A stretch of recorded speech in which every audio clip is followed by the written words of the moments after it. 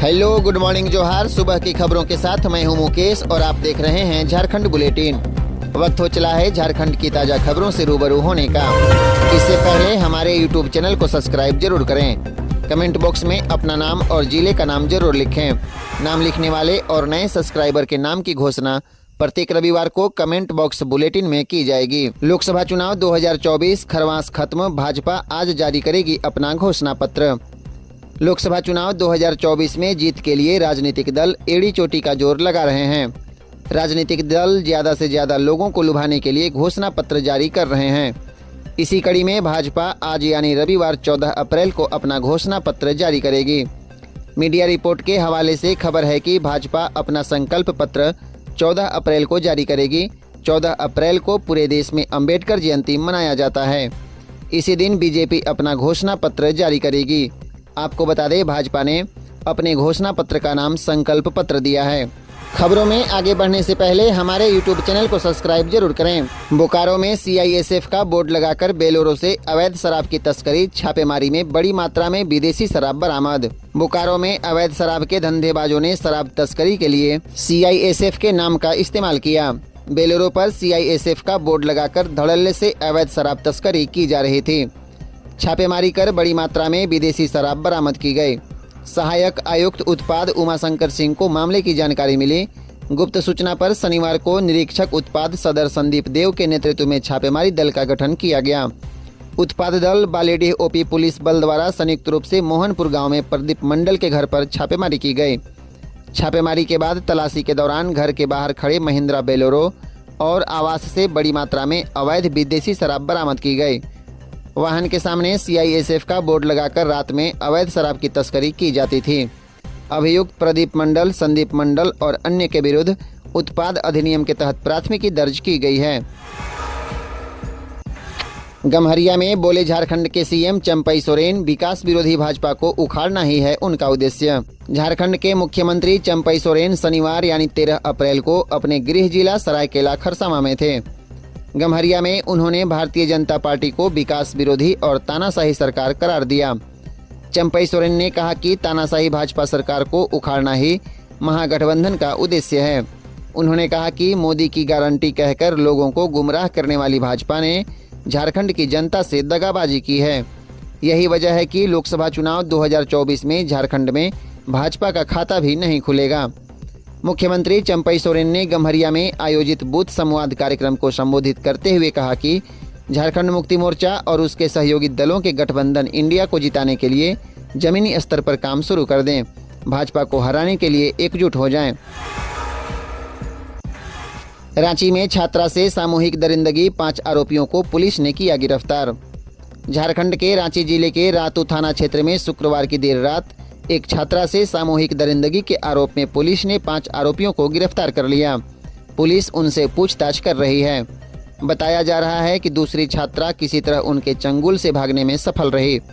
वहां से भागकर उसने ग्रामीणों को इसकी जानकारी दी। इसके बाद ग्रामीणों ने मौके पर पहुंचकर इन्हें पुलिस को सौंपा। रातू थाने की पुलिस निरीक्षक शशिभूषण चौधरी ने बताया कि पुलिस सामूहिक हैवानियत मामले में आरोपी युवकों से पूछताछ कर रही है। बताया जा रहा है कि जत्रा मेला देखने 2 छात्रा अपने दोस्तों के साथ पहुंची थी। वे किसी घर में गई, वहां पहले से अन्य युवक वहां मौजूद थे। इस दौरान युवकों ने एक छात्रा से दरिंदगी किया, जबकि इस दौरान एक छात्रा भागने में सफल रही।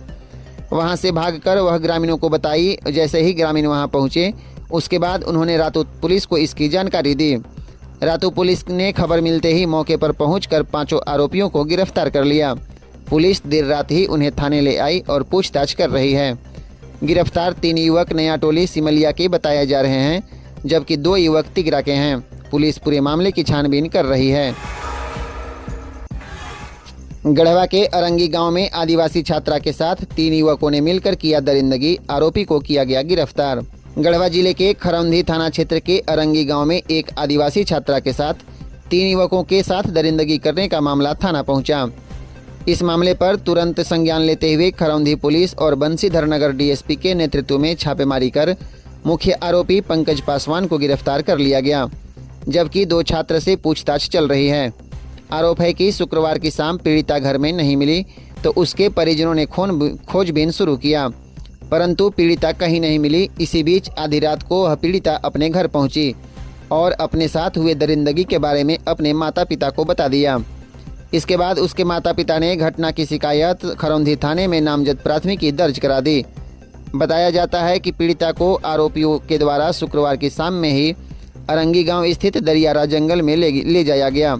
इसके बाद आरोपियों ने पीड़िता के साथ बारी बारी से हैवानियत की घटना को अंजाम दिया, जिसमें वह वहीं पर बेहोश हो गई। इसके बाद जब होश आया तो वह अपने घर पहुंची। घर पहुंचने के बाद घटना की जानकारी दी।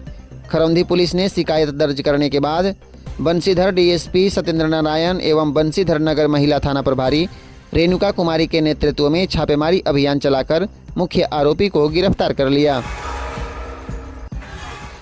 चतरा लोकसभा सीट पर फंसी महागठबंधन की गांठ, राजद कांग्रेस में उठापटक जारी। लोहरदगा सीट पर झारखंड मुक्ति मोर्चा की दावेदारी। चतरा में 20 मई को मतदान होना है। भाजपा ने यहां से कालीचरण सिंह को उम्मीदवार बनाया है। इस सीट पर अब तक इंडिया गठबंधन ने उम्मीदवार का ऐलान नहीं किया। सीट को लेकर राजद और कांग्रेस में पेंच फंसा हुआ है। राजद इस सीट पर लंबे समय से अपना दावा पेश कर रही है। राजद विधायक सत्यानंद भोक्ता ने इस सीट पर अपना दावा पेश किया है। वहीं कांग्रेस ने अब तक आधिकारिक तौर पर कोई बयान नहीं दिया, लेकिन अपना अधिकार नहीं छोड़ने की बात कही है। महागठबंधन में सीट बंटवारे को लेकर फार्मूला भले तय हो गया हो, लेकिन आधिकारिक ऐलान नहीं हुआ है। झारखंड मुक्ति मोर्चा कांग्रेस ने कुछ सीटों पर उम्मीदवारों का ऐलान किया है, लेकिन चतरा सीट पर अब भी मामला फंसा हुआ है। इधर लोहरदगा सीट से झारखंड मुक्ति मोर्चा के विधायक चमरा लेंडा चुनाव लड़ना चाहते हैं। झारखंड मुक्ति मोर्चा इस सीट पर भी अपनी नज़र रख रही है। हालांकि कांग्रेस ने इस सीट से सुखदेव भगत के नाम का ऐलान कर दिया है। झारखंड का मौसम बदलने वाला है, जाने कहां होगी बारिश, कितना बढ़ेगा तापमान। झारखंड का मौसम बदलने वाला है। 2 दिन तक कुछ जगहों पर हल्की बारिश होगी, तो उसके बाद गर्मी बढ़ने लगेगी। मौसम विभाग ने यह जानकारी दी है। भारत मौसम विज्ञान विभाग के रांची स्थित मौसम केंद्र के प्रमुख अभिषेक आनंद ने बताया है कि शनिवार को झारखंड के दक्षिणी पश्चिमी भागों में कहीं कहीं हल्के दर्जे की बारिश हो सकती है। इसके बाद अगले 4 से 5 दिनों तक अधिकतम तापमान बढ़ेगा। उच्चतम तापमान में 3 से 4 डिग्री की वृद्धि हो सकती है। इसके बाद 14 अप्रैल को राज्य के दक्षिणी और तथा निकटवर्ती मध्य भागों में कहीं कहीं हल्के दर्जे की वर्षा हो सकती है। इसके बाद 15 अप्रैल से मौसम साफ हो जाएगा। इसके बाद ही उच्चतम तापमान में धीरे धीरे वृद्धि होने लगेगी। मौसम विभाग के 15 दिन के मौसम पूर्वानुमान में भी कहा गया है कि अधिकतम तापमान में धीरे धीरे वृद्धि होने की संभावना है। ई-केवाईसी कराएं, नहीं तो बंद हो जाएगा गैस कनेक्शन। ई-केवाईसी कराने की अंतिम तिथि 30 जून तक। एलपीजी गैस उपभोक्ता ने समय रहते ई-केवाईसी नहीं कराई तो गैस कनेक्शन बंद कर दिया जाएगा और सब्सिडी भी रोक दी जाएगी। ई-केवाईसी कराने की अंतिम तिथि 30 जून है। केंद्र सरकार ने पेट्रोलियम कंपनियों को निर्देश दिया है कि वे अपने ग्राहकों को एलपीजी गैस की आपूर्ति चालू रखने के लिए ई-केवाईसी कराने के लिए कहें। इंडियन के वरिष्ठ प्रबंधक आलोक शर्मा के अनुसार झारखंड में 36,27,628 गैस उपभोक्ता हैं। पहले चरण में उज्ज्वला योजना के ग्राहकों की ई-केवाईसी पूरी हो चुकी है और अब आम ग्राहकों के लिए ई-केवाईसी की जा रही है। आलोक शर्मा ने बताया कि राजधानी के ग्राहकों के लिए ई-केवाईसी कराने की प्रक्रिया शुरू हो चुकी है। धनबाद में 10 करोड़ घोटाला मामले में सीबीआई से शिकायत, महीने भर बाद भी नहीं हुआ एफआईआर। धनबाद के गोविंदपुर के पॉलिटेक्निक उप डाक घर में हुए लगभग 10 करोड़ रुपए के घोटाले में अब तक आरोपी उप डाकपाल के खिलाफ एफआईआर तक नहीं हुई, जबकि इस घोटाले को सामने आए लगभग 2.5 महीने बीत चुका है। डाक विभाग ने भी इस मामले को लेकर सीबीआई से लगभग 1 महीने पूर्व शिकायत की थी। इस शिकायत के बाद भी अभी तक एफआईआर दर्ज नहीं किया गया। हालांकि आरोपी उप डाकपाल को विभाग ने निलंबित कर दिया। बताते चलें कि 2022 में गोविंदपुर के उक्त डाकघर में सुमित सौरभ बतौर पोस्टमास्टर कार्यरत थे। यह घोटाला तभी का है। पोस्टमास्टर सुमित सौरभ ने सरकारी राशि को निजी बैंक खातों में ट्रांसफर कर दिया और फिर कमीशन देकर उन खाता धारकों से रकम वापस ले ली। ऐसा कर लगभग 10 करोड़ रुपए की सरकारी राशि का गबन किया गया है। घोटाले की जानकारी मिलते ही विभाग में हड़कंप मच गया और तत्काल रूप से पोस्टमास्टर सुमित सौरभ का वहां से स्थानांतरण कर दिया गया। हालांकि बाद में उसे निलंबित भी कर दिया गया है। हाईकोर्ट ने पूछा कितने भूमाफियाओं के खिलाफ कार्रवाई हुई, कितने बेल पर हैं। झारखंड हाईकोर्ट ने शुक्रवार को राज्य सरकार से सक्रिय भूमाफियाओं के आपराधिक रिकॉर्ड और केस की जानकारी मांगी है। हाईकोर्ट के acting chief justice S Chandrashekhar और जस्टिस नवनीत कुमार ने स्वतः संज्ञान से दर्ज जनहित याचिका पर सुनवाई की, जिसमें सरकार से बताने को कहा है कि कितने भूमाफिया के खिलाफ 5 या इससे अधिक मामले दर्ज हैं, इनमें से कितने आरोपियों को कोर्ट से जमानत मिली है और कितने मामलों में आरोपियों को मिली जमानत के खिलाफ याचिका दायर की गई है। अदालत ने इन सभी बिंदुओं पर सरकार को 24 अप्रैल तक विस्तृत रिपोर्ट दाखिल करने का निर्देश दिया है।